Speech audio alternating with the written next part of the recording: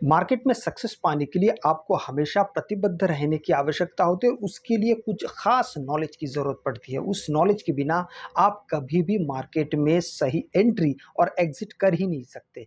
तो आज मैं आपको बताऊँगा कि किस जगह को देख के हम सही एंट्री और एग्ज़िट का प्लान बना सकते हैं, हमारा टारगेट किस तरीके से हम सेट करते हैं, स्टॉप लॉस किस बेस पे होता है, सारा चीज़ यहाँ पे देखेंगे। सबसे पहले आता है हमारा trend. Trend is your friend. आपने कभी भी इस चीज़ को हमेशा ही सुना होगा, पर असुविधा की बात ये है कि ट्रेंड को हम जानना ही नहीं चाहते हैं, क्योंकि हमने चीज़ों को हर पल मार्केट को अलग नज़र से देखने की कोशिश की। तो ट्रेंड को समझने के लिए हमेशा बड़े टाइम फ्रेम का इस्तेमाल होना चाहिए। अब किस तरीके से हम ट्रेंड को देखते हैं और साथ में ये भी हम जानेंगे area of value. Area of value का मतलब होता है जिस जगह पे आप ट्रेड को एग्जीक्यूट करते हैं उसको हम कहते हैं एरिया ऑफ वैल्यू, कि जो सारे कंडीशंस को देख के हम देखते हैं कि हाँ ये हमारा कंडीशन मीट हो रहा है, यहाँ पे भी मीट हो रहा है, तो फिर हम वहाँ पे एंट्री करते हैं। तो उस जगह को कहते हैं एरिया ऑफ वैल्यू। और साथ में हम ये भी देखेंगे कि सपोर्ट और रेजिस्टेंस किस तरीके से हमारे लिए काम कर सकता है एरिया ऑफ वैल्यू को जानने के लिए, और साथ में ट्रेंड लाइन भी। अब देखिए, इस लाइन को देख के ही आपको ये समझ में आता है कि ये एक तो ये 15 मिनट का टाइम फ्रेम है। तो यहाँ पे आप देख पा रहे हैं कि यहाँ पे एक स्ट्रॉन्ग ट्रेंड लाइन गुजर रहा है। इसका मतलब ये है, और ट्रेंड लाइन को अगर मार्केट 2 बार भी एक ही लाइन लेंथ से अगर गुजर रहा है तो आप उसको ड्रॉ करके रख सकते हैं, ताकि आगे भविष्य में कभी भी अगर मार्केट उस जगह पे वापस आता है तो रिवर्सल के चांसेस बहुत बढ़ जाते हैं। जैसे कि ये एक जगह है, ये दूसरी जगह है, और फिर मार्केट देखिए इसको अगर आपने ड्रॉ करके रखते हैं तो फिर यहाँ पे एक और एक आपका एरिया ऑफ वैल्यू बन जाता है। हाँ, उसको समझने के लिए आपको कैंडलस्टिक्स का थोड़ा-सा ज्ञान तो ज़रूरी है, क्योंकि सिर्फ टच करने से तो नहीं होगा, वहाँ पे और 4 चीज़ें आपको देखना पड़ेगा। तो ये हो गया आपका एक एरिया ऑफ वैल्यू। अब ये ट्रेंड लाइन ड्रॉ करने के लिए आप कौन-कौन से चीज़ों का इस्तेमाल कर सकते हैं, मैं आपको बताता हूँ। सबसे पहले आप लास्ट 2 दिन के हाई को जोड़ सकते हैं, लास्ट 2 दिन के आप लो को जोड़ सकते हैं। आप लास्ट 2 दिन के प्राइस एक्शन को देख के भी आप जोड़ सकते हैं। जैसे तो ये एक लाइन गया है, ठीक है? और ये एक लाइन यहाँ से भी आप जाता हुआ देख पाते हैं। तो ये भी एक तौर तरीका है, और जब जब मार्केट यहाँ से गुज़र रहा है, आप देखिए कि यहाँ पे मार्केट में रिवर्सल आ रहा है। तो इस तरीके से हम ट्रेंड लाइन को समझने की कोशिश करते हैं और इस तरीके से हम एरिया ऑफ वैल्यू ढूँढते हैं। अगला अगर आप देखेंगे तो वो तो बिल्कुल एक सीधा ढलान की तरफ था। इस चार्ट को देख के आपको समझ में आ जाएगा कि मार्केट सिर्फ ढलान पे नहीं, मार्केट कंसोलिडेट भी करता है, और जब कंसोलिडेट करता है एक बड़े एरिया में, तो फिर आप वहाँ पे भी अपने एरिया ऑफ वैल्यू को ढूंढ सकते हैं, मतलब अपने एंट्री पॉइंट को ढूंढ सकते हैं। यहाँ जब जब मार्केट ऊपर आया तो यहाँ से मार्केट ने रिवर्सल लिया, धीरे धीरे फिर मार्केट यहाँ पे नीचे तक आया है। यहाँ से दोबारा मार्केट ऊपर जाता है, यहाँ से फिर मार्केट थोड़ा सा नीचे आता है, आधे तक आता है, फिर मार्केट ऊपर चला जाता है, नीचे चला आता है। तो इन सब जगह को भी देख के हम समझ सकते हैं। देखिए, और ये बड़े टाइम फ्रेम पे है, इसको मत सोचिएगा कि 1 मिनट के टाइम फ्रेम पे है तो आप इसको कैसे चीज़ों को समझेंगे, तो ऐसा नहीं है। ये बड़े टाइम फ्रेम पे होने के कारण आपको यहाँ पे चीज़ें बड़े आसानी से देखने और समझने को मिलता है।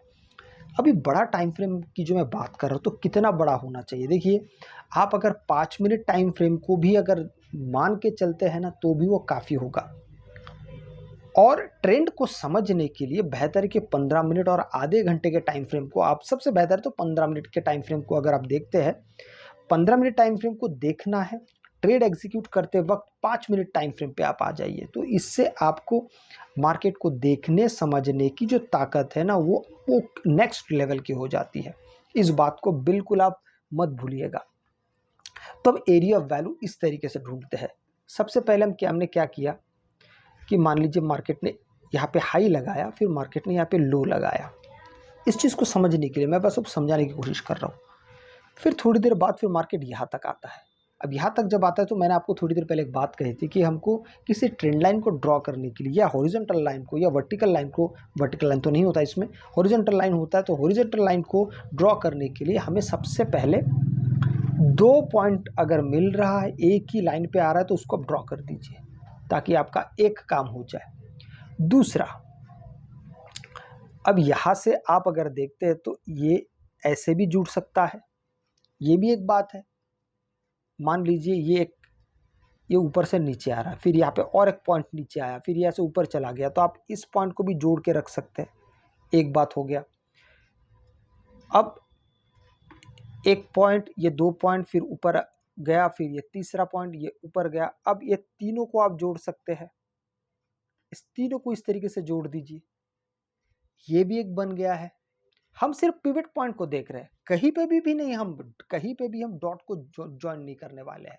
पिवट पॉइंट में जहाँ पे स्विंग हो रहा है, नीचे आया ऊपर चला गया, यहाँ पे एक स्विंग बन गया, ऊपर गया फिर नीचे आया, फिर ऊपर चला गया, यहाँ पे दूसरा स्विंग बना, फिर नीचे आया, फिर यहाँ पे एक बनता है, ऊपर चला गया, फिर एक यहाँ पे बनता है। अब देखिए, अब इनको आप देख के आपको समझ में आ रहा है कि मार्केट लगातार लगातार सीधे सीधे नीचे आ रहा है। तो आप पहले को जो सबसे नीचे जा रहा है उससे जोड़ सकते हैं, और पहले को दूसरे से जोड़ सकते हैं, पहले को तीसरे से जोड़ सकते हैं। इस तरीके से अगर आप जोड़ते हैं तो यहाँ पे भी आपका ट्रेंड लाइन बहुत स्ट्रॉन्ग तरीके से काम करता है। कैसे कि भाई मार्केट यहाँ से नीचे आया, फिर जब इस लाइन को ब्रेक करेगा, ऊपर जाएगा, तो फिर आपके लिए डबल कंफर्मेशन का काम करेगा। एक तो आपने हॉरिजॉन्टल लाइन तो एक खींच ही रखा है, यहाँ तक गया, फिर यहाँ पे रिकन्फर्म होकर जब मार्केट आता है तो यहाँ पे आप बहुत आसानी से चीज़ों को समझ के फिर आप पे ट्रेड वहाँ पर एग्जीक्यूट कर सकते हैं। आगे जब मार्केट यहाँ से पहुँचा तो भी मार्केट देखिए यहाँ पे हॉरिजॉन्टल बेस पे है, पूरे एक चैनल में फंसा हुआ है। तो इस तरीके से आप मार्केट को बहुत आसानी से देख के समझ पाएंगे। इसके बाद हम अगर देखते हैं तो एक कैंडल, एक चीज़ और है, ये वाला, इसको कॉन्फ्लुएंस कहते हैं। यहाँ पे हम 2-3 चीज़ों को इकट्ठा एक जगह पे आने का वेट करते हैं। क्या क्या चीज़, आइए समझते हैं। सबसे पहले तो यहाँ पे ईएमए है, ये 21 का ईएमए है, एक बात। दूसरा, यहाँ पे हम देखते हैं कि हमारा एक ट्रेंड लाइन भी यहाँ से जाना चाहिए। तो ट्रेंड लाइन, नंबर 2 आपका ईएमए, ये दोनों अगर एक साथ अगर गुजर रहे हैं एक ही जगह से, तब जाके आप वहाँ से ट्रेड को एग्जीक्यूट कर सकते हैं। इसको अगर थोड़ा सा आप पीछे से भी अगर देखते हैं तो देखिए, ये तो यहाँ पे आप सोचेंगे कि ये पॉइंट नंबर 1, तो पॉइंट नंबर 2 तो हम एकदम से नहीं कर सकते। हालांकि इसके पीछे और एक था, ये पीछे और एक है, तो इस दोनों पॉइंट को जोड़ के सामने लेके जाया गया है। और फिर यहाँ पे जब दोनों मीट हुआ, दोनों एक साथ ये ईएमए और ट्रेंड लाइन दोनों एक जगह मिला, तब जाके फिर वहाँ पे हमारा एरिया ऑफ वैल्यू बनता है। लेकिन यहाँ पे साथ ही में आपको इस बात का भी ध्यान रखना पड़ता है कि आपको अपने टारगेट को पहले से ही तय करके रखना होगा। मार्केट कहाँ तक जाएगा आपको नहीं पता, किस जगह से मार्केट रिवर्स कर जाएगा ये भी नहीं पता। तो आपके एग्जिट पॉइंट आपको हमेशा पता होने चाहिए। एग्जिट पॉइंट का नियम होता है, हम हमेशा रेशियो के हिसाब से देखते हैं, 1:2, 1:3।